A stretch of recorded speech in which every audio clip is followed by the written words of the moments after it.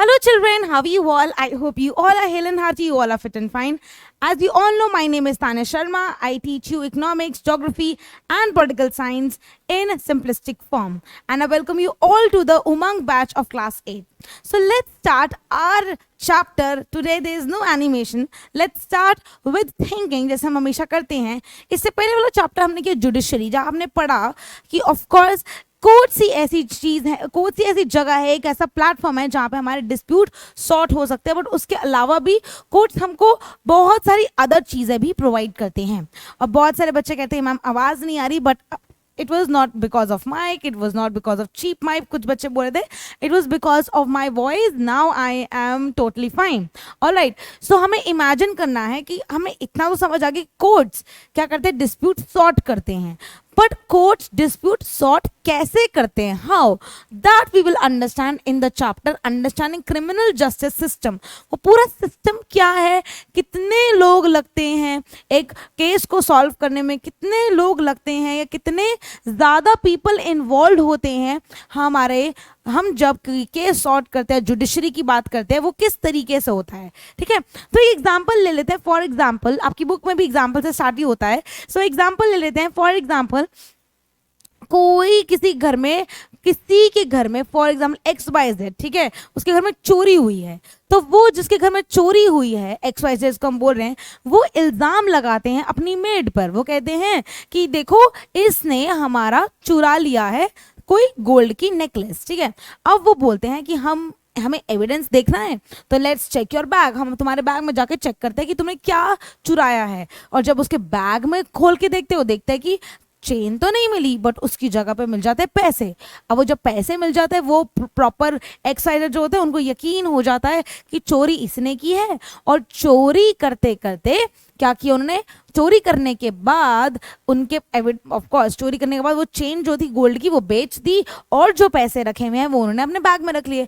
But जो made होती है वो बार बार बोल बोल के थक जाती है. वो बोलती है कि मैम मैंने चोरी नहीं की, और ये जो पैसे हैं वो मेरी हार्ड अर्नड मनी है, मेरी सेविंग्स के पैसे हैं.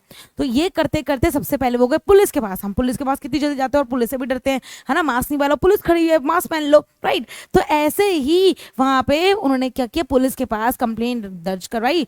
और पुलिस कैसे कंप्लेंट दर्ज करती, पुलिस लिखवाती FIR, फर्स्ट इंफॉर्मेशन रिपोर्ट. अब वहां पे उसने जो मेड थी वो कहती है पैसे मैंने अपने भाई के साथ सेविंग करके किए, सो it is with my brother I saved this money. It's not because कि मैंने चेन ली और मैंने उसको बेच दिया. ठीक है, उसके बाद फिर क्या होता है, वो पुलिस की पूरी जांच होती है, पूरी इन्वेस्टिगेशन चल रही होती है. उसके बाद वो कहते हैं कि तुम इसको गिल्टी मान लो कि तुमने ही चोरी की है. तो वो बोलते हैं कि हमने चोरी नहीं की, और वो उसके भाई को मारते भी हैं ताकि मारने से वो अपना जो उसने गुनाह किया है नहीं किया वो कबूल कर ले. बट वो नहीं करता क्योंकि उसने चोरी नहीं की होती. धीरे धीरे वो कहते हैं कि आपको अगर जस्टिस चाहिए तो आपको कोर्ट में जाना पड़ेगा. तो कोर्ट में जब वो जाते हैं, ऑफ कोर्स वो कहते हैं मैं तो बहुत गरीब हूँ, मेरे पास तो लॉयर ही नहीं है, मैं तो लॉयर हायर भी नहीं कर सकता, एडवोकेट चाहिए होता है ना. तो कहते हैं मैं तो मतलब हायर नहीं कर सकता, आई एम सो पुअर. तो कहते हैं कि आपको गवर्नमेंट ही प्रोवाइड करती है पब्लिक प्रोसिक्यूटर, वो आपका केस लड़ेगा, तो आपको गवर्नमेंट से ही प्रोवाइड हो जाएगा.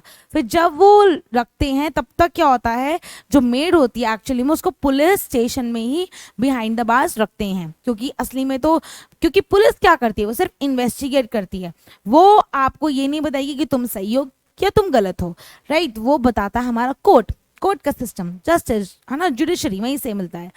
फिर वो जाते हैं कोर्ट्स में और वहां पे होते हैं ट्रायल्स. ठीक है, और फ्री ट्रायल का मतलब हम यही इसमें चैप्टर में जानेंगे कि free trial, free and fair trial हुआ है, जिसके अंदर क्या होता है, एक प्रॉपर, आपने मूवीज में भी देखा होगा, जज बैठे होते हैं, लॉयर्स होते हैं, विटनेस को बुलाया जाता है कि कौन आसपास था उस टाइम पे, और जो जिसने गुनाह किया होता है अक्यूज्ड, जिसने गुनाह किया होता है उस अक्यूज को बुलाते हैं, है ना, कट घरे में बुलाते हैं और बोलते हैं कि बताओ. तो फिर जब ये ऐसे डिस्कशन होती है तो कोर्ट सबसे पहले देखते हैं एविडेंस. ठीक है, जज जो होता है एविडेंस देखता है कि एविडेंस क्या है, क्या तुमने चेन देखी, नहीं चेन नहीं मिली. ठीक है, क्या तुमने कहीं किसी को आते जाते देखा, जूलर पे जाके देखा कि इसने बेची है, ऐसा भी कुछ नहीं, आसपास के जूलर ने भी नहीं देखा. ठीक है, फिर धीरे धीरे ये सामने आया बिकॉज उन्हीं की कॉलोनी में और भी चोरियां हो रही थी. तो इट्स नॉट कि made Natura, it was someone else. तो कहीं ना कहीं जो कोर्ट था उन्होंने जस्टिस दिया फॉर द मेड, ये देख के नहीं किया कि वो मेड थी, ये देख के किया कि उसके पास इनफ, उसके खिलाफ इनफ एविडेंस नहीं थे, राइट। और उसके बाद उनको सेट फ्री कर दिया गया, जो कुछ टाइम उसको जेल में रखा उसके बाद उसको सेट फ्री कर दिया गया, मतलब उसको कहीं ना कहीं छोड़ दिया गया। तो कहीं ना कहीं अगर हमें पूरा केस देखते हैं तो हमें यही समझ आता है कि जो जो लोग जुटे हुए हैं केस के थ्रू, या फिर हम जस्टिस सिस्टम की बात करते हैं, वो होती है सबसे पहले पुलिस, फिर होते हैं पब्लिक प्रोसिक्यूटर, फिर उसके बाद कुछ कुछ विटनेसेस होते हैं, और मेजरली हमारे मेजर तो होते हैं जज, राइट। इन्हीं के बारे में पढ़ेंगे, यही है पूरा हमारा chapter, understanding criminal justice, that's it. इसके अलावा कुछ भी नहीं है। इन्हीं कोई इन डिटेल, इन्हीं कोई इन एग्जैजरेशन हम पढ़ने जा रहे हैं। अगर ये आपसे अगर एनिमेशन होती तो आपको थोड़ी सी स्टोरी बिल्डअप हो जाती, otherwise this is the same thing. Alright, let's start with a chapter where we write class goal. तो हमारा क्लास गोल क्या रहेगा, सबसे पहले हम पता करेंगे, हमें पता तो है क्लास गोल हमारा हमेशा यही होता है कि सबसे पहले हम यही देखते हैं, ओके सबसे पहले हम ओवरव्यू देखते हैं चैप्टर का, उसके बाद हम ये देखेंगे कि जस्टिस और जब हम बात करते हैं कोर्ट की वो क्या होती है, जो हमने अभी स्टार्टिंग में की, ठीक है, एक स्टोरी के थ्रू, और ये सेम स्टोरी आपकी बुक में भी है। उसके बाद हम करेंगे what is the role of police, police का क्या रोल है, फिर what is the role of public prosecutor, public prosecutor का मतलब क्या है, ठीक है,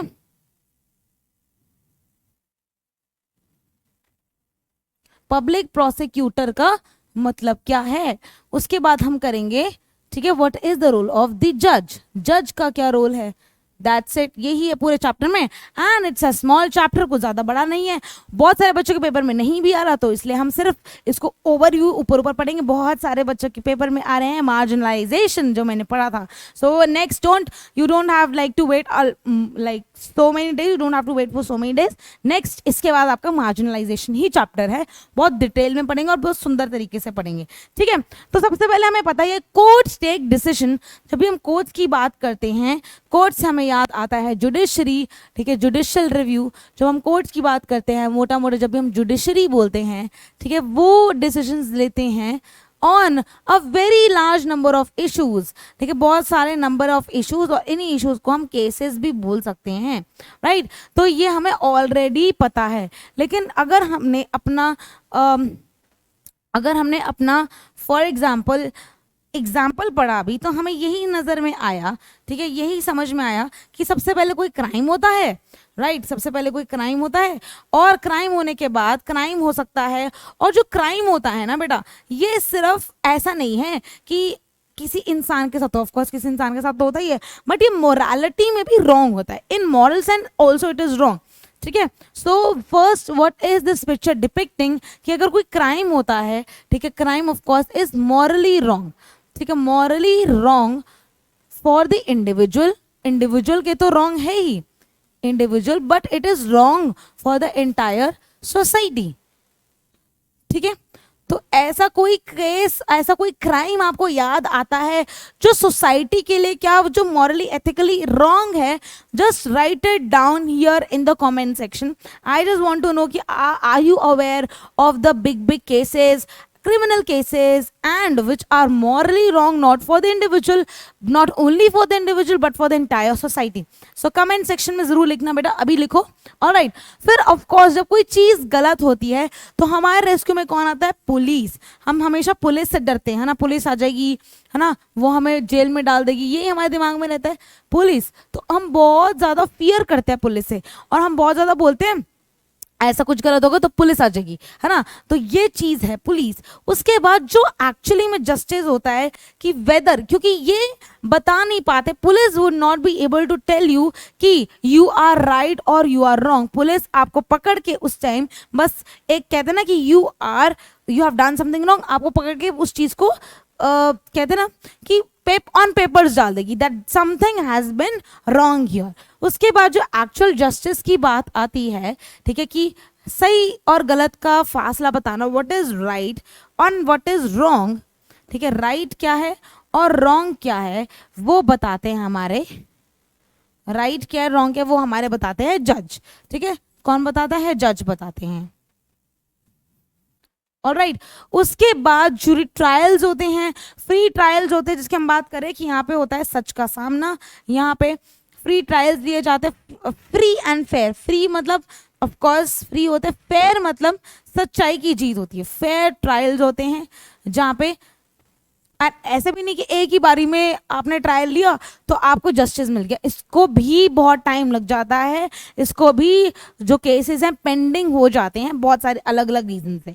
बट यही ओवरऑल इस चैप्टर में फंक्शनिंग बताई जाती है कि फंक्शनिंग इसी लेवल से चलती है क्राइम की, right.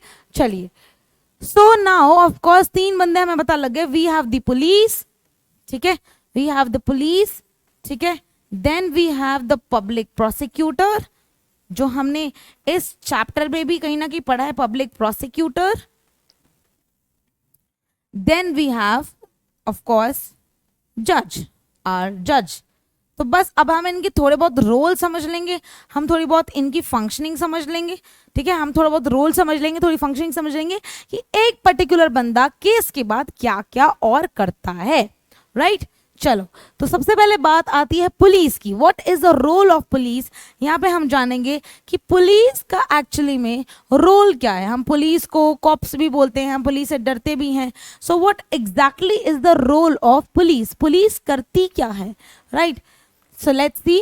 So what is the role of police in investigating a crime?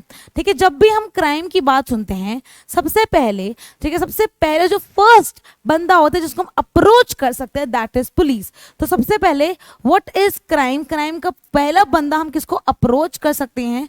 Approachable कौन होता है? अप्रोच जिसको कर सकते हैं वो पुलिस होती है, ठीक है। तो कोर्ट में जज नहीं आएगा वो देखने के लिए ओ तुमने सही किया, दैट इज, ये कहीं ना कहीं क्या होता है इसका एक there is a total procedure, पूरा प्रोसीजर लाई करता है यार, ठीक है। तो सबसे पहले हम कहते हैं देयर इज पर्टिकुलर अप्रोच, कि हम पुलिस से अप्रोच कर सकते हैं एंड दैट इज इजीली, क्योंकि आपने देखा होगा है ना, आसपास थाने बोलते हैं, आसपास पुलिस स्टेशंस बोलते हैं, हर एक जगह पुलिस स्टेशंस होते हैं हर एक एरिया में। तो क्यों अप्रोचेबल होता है? Because police stations are near. Police stations और थाने जो होते हैं, जिनको हम हिंदी में थाना बोलते हैं, वो बहुत नियर बाय होते हैं, बहुत ज़्यादा पास में होते हैं। जरिया क्या होता है? Police station. अब पुलिस पे जाके हम क्या करते हैं? पुलिस पे जाकर कुछ भी क्राइम होता है हम जाके पुलिस को बताते हैं। So that consist of first information report. तो यहाँ पे क्या होता है, हम एक फर्स्ट इंफॉर्मेशन रिपोर्ट देते हैं, हम एक तरह से दर्ज कराते कंप्लेंट। फर्स्ट इंफॉर्मेशन रिपोर्ट मतलब कोई भी क्राइम है और फर्स्ट इंफॉर्मेशन रिपोर्ट के जरिए हम कंप्लेंट को कहीं ना कहीं रजिस्टर कराते हैं। कंप्लेंट को क्या करा रहे हैं हम? रजिस्टर करा देते हैं हम कंप्लेंट को। सो कहीं ना कहीं विच मीन्स जब अप्रोचेबल इजीली हो जाता है, फर्स्ट इंफॉर्मेशन रिपोर्ट एक पीस ऑफ पेपर होता है, जिससे क्या होता है बेसिकली आपका जो केस है या आपकी जो प्रॉब्लम है या आपका कोई भी आपके साथ क्राइम हुआ है, आपको लग रहा है कि ये चीज गलत है morally, so in that case you keep it in on the piece of paper, ठीक है। So you what do you have to what is in this paper, it you describe what all happened here in writing और orally। और ये कैसा होता है? या तो ये राइटिंग में होता है, ठीक है, कैसे होता है? या तो राइटिंग में होता है, रिटन में दे दो आप, या तो आप इसको ओरली दे दो, ठीक है। तो ये 2 तरीके से हम इसको कर सकते हैं, या तो हम रिटन में दे सकते हैं या तो हम ओरली में दे सकते हैं, ठीक है। उसके बाद ये क्या करते हैं, ये उसी टाइम पे व्हाट डू दे डू, ये उसी टाइम पे एविडेंस इकट्ठा कर लेते हैं, ताकि इनका काम सिर्फ ये होता है ये एविडेंस कि वहां पे अगर फॉर एग्जांपल चोरी हुई है, मर्डर हुआ है, तो what they will do on the first place, they will collect all the evidence. जो भी अगर चाकू पड़ा है तो उसको केयरफुली डालेंगे, ये पिक्चर्स में देखा होगा। तो collecting evidence carefully, collecting it carefully, क्योंकि एक भी सबूत नहीं बचना चाहिए। इसी एविडेंस के हिसाब से आगे जो रहेगा, अगर इनकी वर्किंग अच्छी हुई तो आगे प्रॉब्लम नहीं आएगी केस को बार बार सुलझाने में, ठीक है। कलेक्टिंग इट केयरफुली, केयरफुली इसको कलेक्ट करते हैं, ठीक है। So here only these things police do, ठीक है, और उनको लगता है कि भाई अब बहुत ज़्यादा, because they do not decide, यहाँ पे डिसीजन इनके हाथ में नहीं है, ठीक है, they can not take decisions, so decision is not in their hand कि whether this person is right और wrong, decision not in hand, it is not in hand कि क्या ये डिसीजन सही है, क्या ये डिसीजन रॉन्ग है, it is not in their hand. So basically now what here we talk about, right, first information report कहाँ गई, ओके, चलो फर्स्ट इंफॉर्मेशन रिपोर्ट के बारे में पढ़ लेते हैं पहले.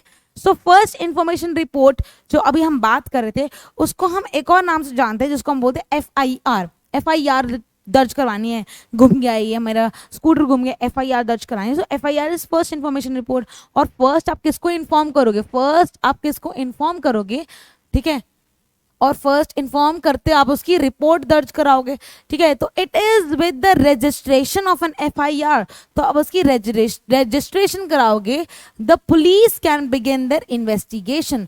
तो पुलिस इन्वेस्टिगेट करती है कि क्या क्या हुआ, तो वो फर्स्ट जिसकी नजर पड़ती है वो होती है हमारी police. Okay, then the law states that it is compulsory for an officer in charge of police station to register FIR whenever a person gives information about a cognizable offense. मतलब ऐसा ऑफेंस जो कहीं ना कहीं बहुत ज़्यादा गलत है कि उसकी कोई भी चीज़ ऑफेंड हुई है, या फिर he is not basically what he is there, what he is doing, या जो पर्टिकुलर पर्सन ऑफेंड, उसकी चीज़ें ऑफेंड हुई है, राइट टू लाइफ से कुछ भी खतरा हुआ है उसको, ठीक है. So he can of course go to police station. और पुलिस का, और पुलिस स्टेशन में कौन लिखा है, ऑफिसर इंचार्ज, जो भी वहाँ बैठा होगा किसी भी ड्यूटी पे, उसकी ड्यूटी बनती है कि वो उसकी रजिस्ट्रेशन का खोले खाता और उसकी इंफॉर्मेशन नोट डाउन करे. This information can be given to police. Police को दे सकते हैं, या तो ओरली दे सकते हैं राइटिंग से, या तो खुद की हैंड राइटिंग से दे सकते हैं ओरली दे रहे तो police will note down. The FIR usually mentions the date. क्या क्या मेंशन करता है, डेट होता है, टाइम होता है, प्लेस होता है, ऑफेंस होता है, और ऑफेंस को डिटेलिंग में बताया जाता है. Details the basic facts of the offence including description of events. तो उसको प्रॉपर क्या किया जाता है, डिस्क्राइब किया जाता है, उसको प्रॉपर डिस्क्राइब किया जाता है, ठीक है. If known the identity of the accused person, and अगर बाई चांस जिसने आपको आप ये देख लो किसी ने आपको ठेस पहुंचाई है, खतरा है जिसको आपसे, तो आप उसको अगर आप जानते हो तो आप कहीं ना कहीं क्या करोगे, आप अगर उसको जानते हो, उसका नाम भी, आपको किसी पे शक है तो उसका नाम भी आप लिखवा सकते हो. अगर आप उसे जानते हो, identity can also be revealed, ठीक है. विटनेस, आपके नेबरहुड ने देखा, आपके नून में किसी और ने देखा, तो विटनेस ऑल्सो आप मेंशन कर सकते हो. The FIR also states the name and address of the complainant. जो कंप्लेंट कर रहा है उसका नेम और एड्रेस भी मतलब डिस्क्राइब करते हैं सारा. There is a prescribed form in which the police registered an FIR and it is signed by the complainant. Okay, so there is a prescribed form. तो एक जो प्रिस्क्राइब्ड फॉर्म होता है, एक चिट्ठा होता है, उसी पे ही ये सब होता है, कोरे कागज पे नहीं होता. So it is sign by the complainant, ठीक है, वो साइन करते हैं. The complainant also has a legal right to get a free copy of the FIR from the police. तो आजकल मिलती है साथ में, तो वो कॉपी आप अपने पास रख सकते हो कि हाँ मैंने अपनी FIR दर्ज कराई थी, मैं पुलिस के पास गया था, और ये कहीं ना कहीं एक लीगल डॉक्यूमेंट है. So it is legal right भी, and it is a legal document also. एक लीगैलिटी मिल जाती कि पुलिस के ऑफिसर ने भी साइन किया हुआ है, जो ऑफिसर इंचार्ज था, और हमने इसको साइन कर दिया, इवन हमने भी इसकी FIR दर्ज कराई है. अब बात आती है, हमने बात शुरू की थी पुलिस की क्या क्या रोल है.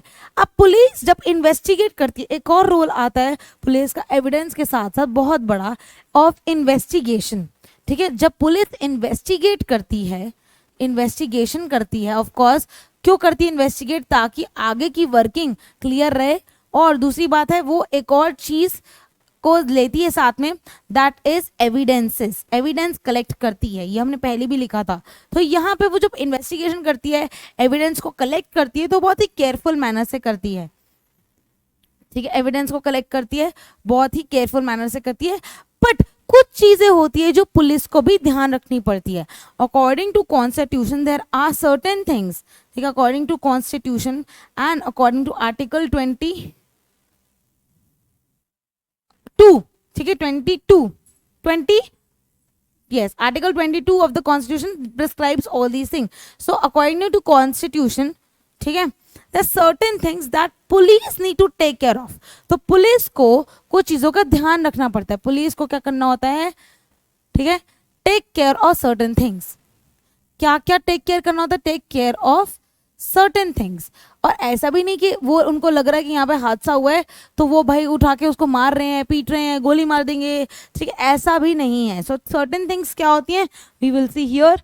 तो सबसे पहले आर्टिकल 22 हमारा प्रिस्क्राइब कर देता है, ठीक है, आर्टिकल 22 ऑफ द कॉन्स्टिट्यूशन, ठीक है, article 22 of the constitution and criminal law, ये गारंटी करता है कुछ राइट्स, ठीक है, जो अरेस्ट होता है, क्योंकि पुलिस क्या करती है, उसको अरेस्ट कर लेती है. You are under arrest, so arrest करके वो अपने पास रख लेती है और उसको कहाँ ले आती है, पुलिस स्टेशन. तो उसको क्या बोलते हैं, अरेस्ट. ये भी है कि वो उनको अरेस्ट कर दिया, हमने लिखा नहीं कहीं, ठीक है, यहाँ पे लिख लेते हैं. अगर उनको लगता है कि यहाँ पर कुछ गड़बड़ी है, डिसीजन नहीं लेती, लेकिन क्या कर लेती है, वो अरेस्ट करके अपने कब्जे में उनको रख लेती है, अरेस्ट कर लेती है, ठीक है. अब बात आती है, जब भी अरेस्टेड पर्सन होते हैं, ठीक है, जो भी कोई अरेस्ट हुआ, उसके जब भी कोई अरेस्ट होता है, कोई भी पर्सन अरेस्ट हुआ है, तो उसके पास भी हक होते हैं. वो हक कौन से हैं, ये बात जानना. इट्स नॉट ओनली इम्पोर्टेंट कि आप सिर्फ अकेडमिकली जान रहे हो सकता है एग्जाम में नहीं आ रहा हो ना, तो लेकिन हम समझ तो सकते हैं कि क्या अरेस्ट है. So the following fundamental rights, सबसे पहले the right to be informed, ठीक है, at the time of arrest of the offence और which the person is being arrested. तो अगर हम जा रहे हैं, पुलिस जा रही है पर्टिकुलर किसी के घर में और बोल रही है कि आप अंडर अरेस्ट हो, तो अगर मुझे अरेस्ट करने आ रही तो मैं पूछूंगी नहीं कि भाई बता तो दो कि मैंने ऐसा क्या किया है, मेरे को किस बात पे आप अरेस्ट करो, किस बात पे पुलिस स्टेशन लेके जा रहे हो, राइट. तो वो उसको बोलते हैं राइट टू इंफॉर्मेशन, कि उस टाइम पुलिस पक्का सबूत दिखाती है कि आप इस पर्टिकुलर चीज के लिए अरेस्ट हुए हो. Second, the right to be presented before a magistrate within 24 hours of arrest, कि अगर मुझे अरेस्ट कर भी लिया तो मैं बस पूरा एक दिन का समय है कि मैं अपने आप जाके, है ना, अपने आप जाके प्रेजेंट हो सकती हूँ मैजिस्ट्रेट के पास, और है ना, मतलब कोर्ट के अंदर, और मैं ये पूछ सकती हूँ, इस चीज़ का ले सकती हूँ, पूरा का पूरा अधिकार है मेरे पास, क्या पूछ सकती हूँ कि भाई मुझे क्यों किया, और मेरे पास हक है कि अगर किया किसी भी रीज़न से तो मैं अपना हक जताने के लिए कोर्ट भी जा सकती हूँ. The right not to be ill treated और टॉर्चर ड्यूरिंग अरेस्ट और कस्टडी, अगर मुझे कस्टडी में लिया गया, मतलब कस्टडी एज इन कि मुझे अरेस्ट करके अपने पास बिठा लिया है, ठीक है, और पर्टिकुलर जेल में भी नहीं डाला क्योंकि डिसीजन तो ले नहीं सकते, तो उस टाइम मेरे पास प्रॉपर हक है कि मुझे कोई मारेगा नहीं, मुझे कोई इल टॉर्चर नहीं करेगा, मुझे कोई पीटेगा भी नहीं. सो टॉर्चर नहीं कर सकता और इल ट्रीटेड, गंदे तरीके से ट्रीट भी नहीं कर सकती कोई भी police. Confessions made in police custody can not be use as evidence against the accused, अगर मैं कोई कन्फेशन कर रही हूँ, ठीक है, वो पुलिस कस्टडी में, वो मेरे अगेंस्ट नहीं यूज कर सकते उसको. अगर मैं कुछ कन्फेस कर रही हूँ, मैं कुछ बता रही हूँ, ठीक है, और वो मेरे अगेंस्ट नहीं यूज हो सकती. अक्यूज्ड जो है, जिसको पुलिस पकड़ के लेके जा रही है, उसके अगेंस्ट यूज नहीं कर सकती, कैन नॉट बी यूज्ड, ठीक है, can not be used, it can not be used. Next, a boy under 15 years of age, ठीक है, and a women can not be called to the police station only for questioning. तो सिर्फ questioning के लिए, एक होता है ना क्वेश्चन आंसर राउंड के लिए, आप किसी बच्चे को, 15 साल के बच्चे को नहीं बुला सकते, ठीक है, किसी के 15 साल के बच्चे को नहीं बुला सकते. कहाँ पे, आप कस्टडी में नहीं बुला सकते, मतलब स्पेशली सिर्फ क्वेश्चनिंग करने के लिए. सो this is not morally right. तो ये सब चीजें पर्टिकुलर हमारे कॉन्स्टिट्यूशन में दी गई हैं कि अगर हमें लगता भी किसी पे शक है, पुलिस उसको अरेस्ट करके ला रही है, police has to be very vigilant, police को बहुत ज्यादा ध्यान भी रखना पड़ेगा, ठीक है.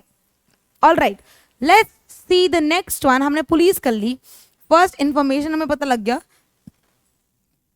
ठीक है, हमें ये भी पता लगे फर्स्ट इन्फॉर्मेशन रिपोर्ट क्या होती है. फर्स्ट इन्फॉर्मेशन रिपोर्ट ऐसी होती है, हम जाते हैं पुलिस स्टेशन, हम पुलिस के सामने बैठ के अपना पूरा बयान देते हैं कि हमारे साथ ऐसा ऐसा हुआ, हम इस चीज़ में बहुत परेशान हैं, राइट. तो हमने किया द पुलिस, और स्टार्टिंग में हमने किया था, कौन होता है, नेक्स्ट इज पब्लिक प्रोसिक्यूटर. फिर हम क्या करते हैं, बाई चांस अगर मैं अरेस्ट कर लिया, पुलिस ने इनफ वर्किंग कर ली, बट हमें एक्चुअली में कौन चाहिए होता है, पब्लिक प्रोसिक्यूटर. वो गवर्नमेंट से ही प्रोवाइड होता है, मतलब हमें ऐसे ही मिलता है, अगर हमारे पैसे नहीं है तो हमें हायर करने की ज़रूरत नहीं है.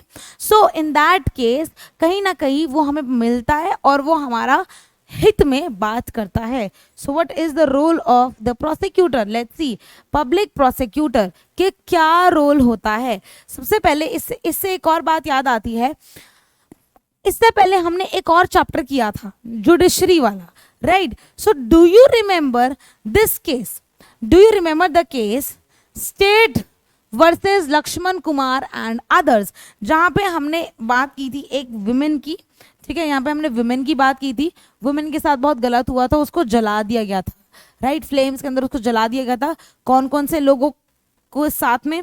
सबसे पहले उसका हस्बैंड था, ठीक है? ये हमने लास्ट किया था केस, लास्ट लेक्चर में. हस्बैंड था, देन उसकी मदर इन लॉ थी, ठीक है? Mother in law and brother in law. Mother in law और इसका ब्रदर इन लॉ, विमेन का ब्रदर इन लॉ. तो ये अदर्स, ये वाले लोग हैं. बट जस्ट बिकॉज उसको जस्टिस नहीं मिला था, जस्ट बिकॉज उसको जस्टिस नहीं मिला था, बहुत सारी औरतें साथ में आई थी एंड दिस स्टार्टेड रिबेलिंग कि भाई this is not the case, ऐसा कुछ हुआ ही नहीं था. सो इन दैट केस यहाँ पे रेफर किया स्टेट वर्सेस. स्टेट वर्सेस का मतलब होता है, जैसे हमने स्टार्टिंग में कहा था, कोई भी चीज अगर मॉरली रॉन्ग है, ठीक है? कोई भी चीज अगर मॉरली रॉन्ग है, जब हम मॉरली रॉन्ग की बात करते हैं, anything which is morally wrong, ठीक है? It can be for individual, एक इंडिविजुअल के लिए हो सकती है. It can be for individual, it can be for individual also, it can be for the society in total. तो अगर हम कहें कि वुमेन के लिए ये केस, ये जो क्राइम हुआ था वुमेन के अगेंस्ट, ये जो क्राइम हुआ था वुमेन के अगेंस्ट, जो केस था, ये वाला केस था, ये जो वुमेन के अगेंस्ट हुआ था, तो यहाँ पे बेसिकली क्या हुआ था? तो यहाँ पे इट वाज नॉट इंडिविजुअल के लिए रॉन्ग नहीं था, ऑफ कोर्स था ही, उनके साथ तो गलत हुआ, but it was wrong for the entire community of women, ठीक है? तो वहां पे जब ये यहाँ पे एंटायर कम्युनिटी ऑफ वुमेन के लिए मॉरली रॉन्ग था, तो वो पूरे सोसाइटी के लिए भी रॉन्ग हुआ, ठीक है? तो like criminal cases, rape cases, things against women cases, ये सारी चीजें मॉरली रॉन्ग है for the society also.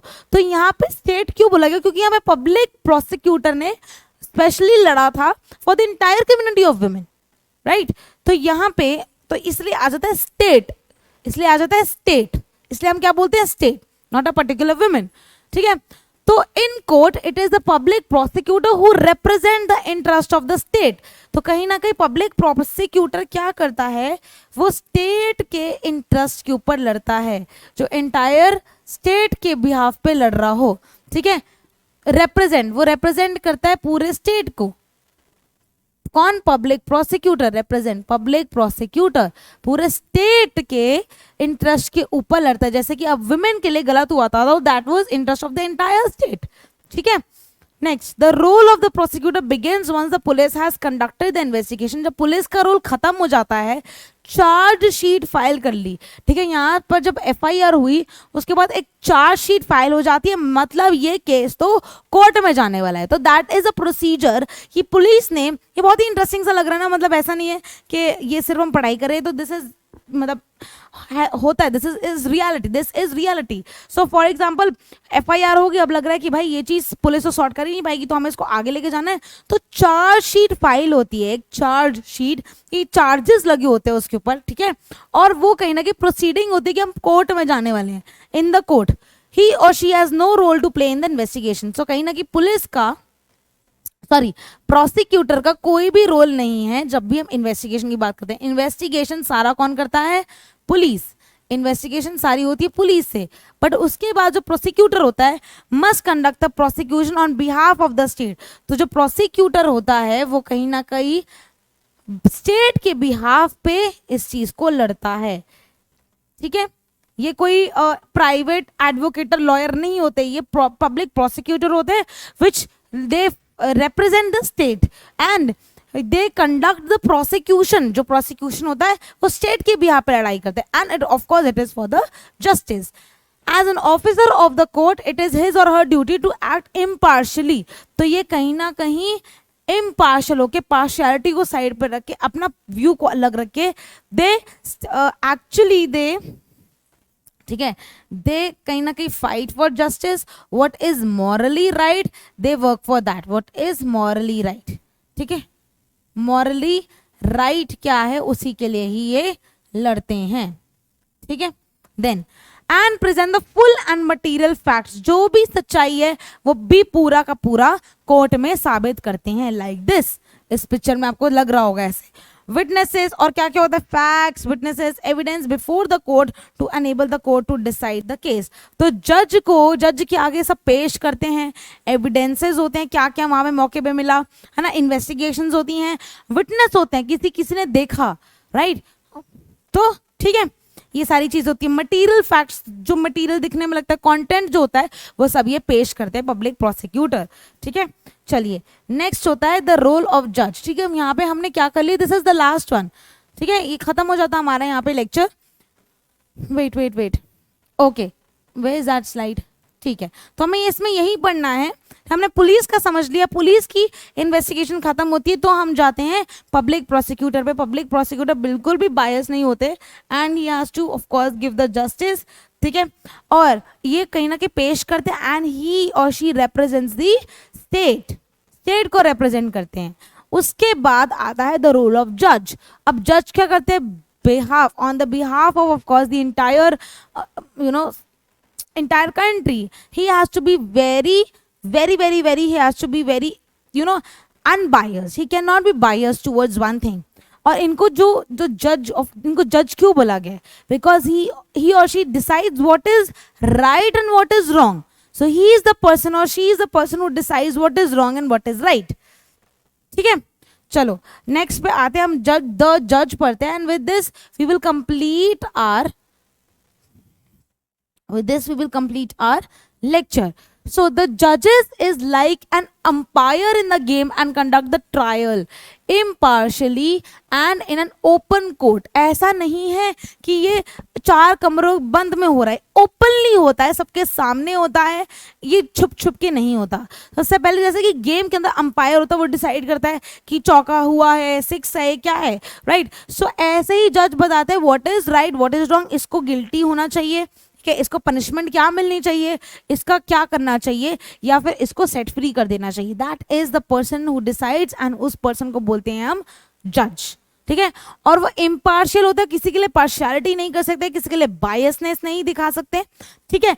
The जज हियर्स ऑल द विटनेसेस, तो वो क्या करते हैं, जो भी विटनेस होती है, विटनेस क्या होता है, देखो अक्यूज तो वो हो गया, मैं आपको ये वर्ड टर्म्स बताती हूँ। अक्यूज का मतलब होता है जिसको हम अक्यूज कर रहे हैं, ठीक है, जिसके बिहाफ पे जिसको हम गलत साबित करना चाहिए, जिसने क्राइम किया है वो अक्यूज्ड है। ऑफेंस मतलब उसने, अक्यूज ने ऑफेंस किया, मतलब अक्यूज ने कुछ ऐसा क्राइम किया, ठीक है। फिर हम बात करते हैं कि विटनेस इकट्ठा करना है। एविडेंस क्या होता है, एविडेंस जो मटेरियल थिंग्स होती हैं, जैसे कि अगर मर्डर हुआ तो एविडेंस क्या है भाई, चाकू, खून वाला चाकू इज एविडेंस, ठीक है। अब बात करते हैं विटनेस मतलब अगर वो खून वाला चाकू वहां पड़ा है, मेड ने देखा, तो कहीं ना कहीं मेड इज द एविडेंस, उसने देखा अपने आगे हादसा होते हुए, तो शी इज द विटनेस। तो जज क्या करता है, वो सुनता है, ही हियर कहते हैं ना, और बोलते भी हैं, हियरिंग है हमारी, हियरिंग। तो जज क्या करता है, हियरिंग में सुनता है, हियरिंग ही बोलते हैं उसको। तो जज क्या करते हैं, सुनता है all the witness and any other evidence presented by the prosecution and the defence. अब डिफेंस होता है, दो चीजें होती है, ठीक है, एक होता है डिफेंस और एक होता है प्रोसिक्यूटर, जो प्रोसिक्यूटर पेश करता है सारी चीजें। एक होता है डिफेंस, मतलब उसके डिफेंस या उसके अगेंस्ट अगर आप कुछ करना चाहो तो वहां पे दो लॉयर होते हैं, ठीक है। इसके एक तो फॉर बोल रहा होता है, एक उसके अगेंस्ट बोल रहा था डिफेंस के लिए, ठीक है। तो ये दो लॉयर, दो एक तरह से हमारे प्रोसिक्यूटर्स हो गए। द जज डिसाइड्स, अब जज क्या करता है, he decides whether the accused person is guilty और इनोसेंट। जज यहाँ जैसे मैंने बोला है हिंदी में, तो ये इंग्लिश में जज डिसाइड करता है कि वो गिल्टी है, इनोसेंट है, on the base of evidence presented and in accordance with the law. तो सबसे पहले हमें पता ही है, मतलब अगर हम ये देखें, इफ वी सी, अगर हम ये देखें कि स्टार्टिंग ऑफ द चैप्टर हमने पढ़ा था रूल ऑफ लॉ, तो लॉ के आगे तो सभी इक्वल है ना, तो लॉ के आगे तो सभी इक्वल हैं, जब हम रूल ऑफ लॉ की बात करते हैं तो हम यही देखते हैं कि every one is equal before the eyes of law, तो लॉ की आंखों में सब इक्वल हैं, है ना। तो यहाँ पे हम यही बोलने की कोशिश कर रहे हैं कि जब जज डिसाइड करता है वो लॉ के हिसाब से कि वो किसी की सेंटिमेंट्स को भी हर्ट नहीं कर रहा, जो प्रिस्क्राइब्ड है उन्हीं की उस पर वो पनिशमेंट दे रहा है, उन्हीं की उसमें वो किसी को गिल्टी ठहरा रहा है, और उन्हीं के मतलब जो ब्रॉड गाइडलाइंस है उन्हीं के हिसाब से चल रहा है। Okay, so if the accused is convicted then the जज प्रोनाउंसेस द सेंटेंस मतलब कहीं ना कहीं वो ये बता देते हैं कि यहाँ पे इसको या तो जेल में जाना है या तो लाइफ डेथ मतलब जिसे कहते हैं ना फांसी पे चढ़ाना है, सूली पे चढ़ाना है, या ये इसको जेल में जाना है कुछ पर्टिकुलर टाइम के लिए 5 इयर्स या फॉर लाइफ जेल में रहना है। तो जज को अगर लगता है कि वो अक्यूज जो है, जिसको अक्यूज किया जा रहा है वो कन्विक्टेड है, उसने वो चीज़ की है, तो जज क्या करता है, सेंटेंस कर देता है, प्रोनाउंस कर देता है। He may send the person to jail और इम्पोज फाइन और both depending on what the law prescribes. तो उस गलती के लिए लॉ आपको क्या प्रिस्क्राइब कर रहा है वो हमारे कॉन्स्टिट्यूशन में दिया है, जो हमने पहले चैप्टर किया था, ठीक है। तो या तो वो जेल में डाल सकते हैं, या तो इम्पोज कर सकते हैं, फाइन ले सकते हैं उनसे, है ना, या फिर वो उनसे उनकी डेथ भी बोल सकते हैं कि उन्होंने बहुत गंदा मेजर क्राइम किया है, ठीक है। तो आप मुझे लिखोगे आपको कौन कौन से क्राइम्स याद हैं। अब बेसिक सी बात आती है कि क्या ये जो हम जज हमें बताता है क्या ये फेयर होता है, मतलब क्या इसमें सच्चाई होती है, इसमें ऐसा तो नहीं होता कि कुछ झोल होता है। तो दूसरी बात यही आती है, क्या हमारा क्वेश्चन ये होता है कि हमें रूल ऑफ जज भी समझ आ गया, जब हम ट्रायल की बात करते हैं, ठीक है, जब ये ट्रायल्स हो रहे होते हैं तो क्या ये बिल्कुल सच्चाई पे चलते हैं या फिर ये ऐसे ही है। तो what is a fair trial, जब हम फेयर ट्रायल की बात करते हैं, जब ये ट्रायल्स चल रहे होते हैं कोर्ट के अंदर, तो क्या ये सच्चाई पे बेस्ड है। डेफिनेटली ऑफ कोर्स ये सच्चाई पे बेस्ड इसलिए है बिकॉज यहाँ पे हमारा कॉन्स्टिट्यूशन जो प्रिस्क्राइब करता है ये उसी के हिसाब से चलते हैं। जो भी प्रॉब्लमैटिक जोन है, जो भी कहीं ना कहीं गलती हुई है या फिर जो भी सजा देनी है, वो हम कॉन्स्टिट्यूशन को लेके चलते हैं, right. So for a trial to be fair, अगर हमें किसी भी ट्रायल को फेयर घोषित करना है, फेयर एज इन सच्चाई पे बेस करना है, तो हमें क्या करना होता है, several different procedures have to be observed. तो जैसे कि article 21 of the constitution guarantees the right to life, states that a person's life और liberty can be taken away only by the following and reasonable and just legal procedures। मतलब ऐसे भी तुम किसी को उल्टी पुल्टी सजा नहीं दे सकते कि उसने ऐसा किया तो चलो अपने मन से सजा बना लो। इट इज ऑब्वियसली द जज who decides in accordance with our constitution.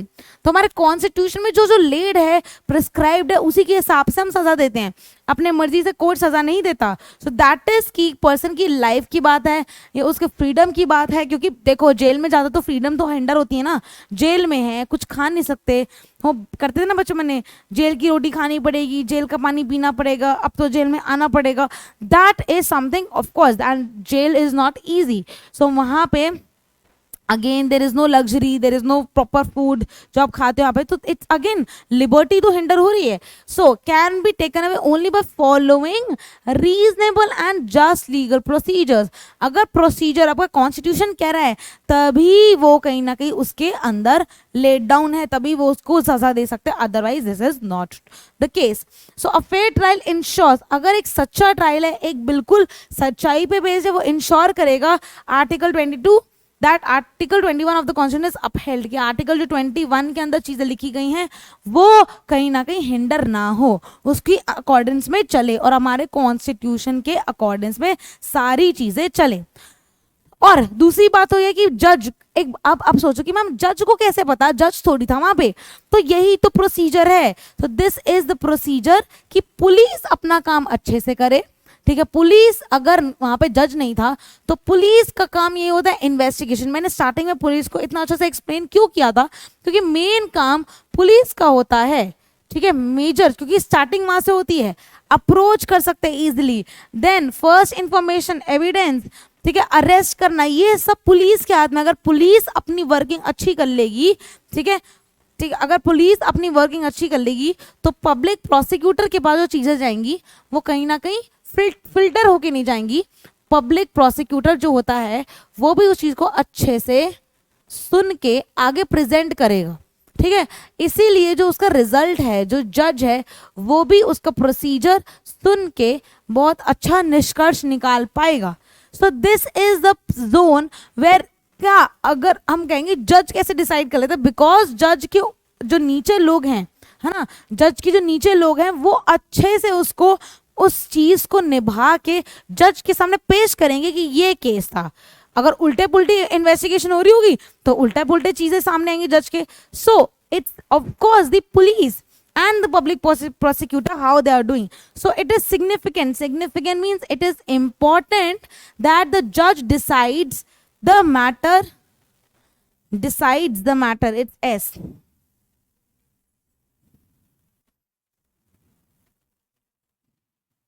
ठीक है।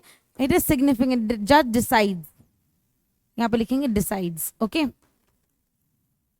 जज बिल्कुल कैसे डिसाइड करता है, जज दोनों पार्टियों की सुनता है, फिर उसके बाद एविडेंस देखता है, विटनेसेस देखता है, और फिर मैटर जो कोर्ट के आगे एविडेंस है उसके हिसाब से क्या चलता है, जज चलता है, ठीक है। जज तो सीन में मौजूद नहीं होता ना, तो जज टोटली चलता है एविडेंस पे। ओके, विद दिस चिल्ड्रन जिनके एग्जाम में आ रहा है, all the best to all those children जिनके एग्जाम में आ रहा है, because with this we are ending of the chapter. बहुत ही सुंदर सा चैप्टर था और छोटा सा चैप्टर था, बिकॉज हमने जुडिशरी ऑलरेडी कर ली थी, right. So with this I would like to thank you all, क्योंकि this is an easy chapter, जिसको अच्छे से आता है और वो उनका ब्रशअप हो जाएगा, उसको नहीं आता तो हमने बहुत ईजी तरीके से किया, and we read some of the paragraph which was directly from NCERT. Okay, all right children, all the best जिनके पेपर में आ रहा है चैप्टर, जिनके पेपर में मार्जिनलाइजेशन आ रहा है, let's wait for marginalisation in the next lecture. Okay, bye bye children, see you next time.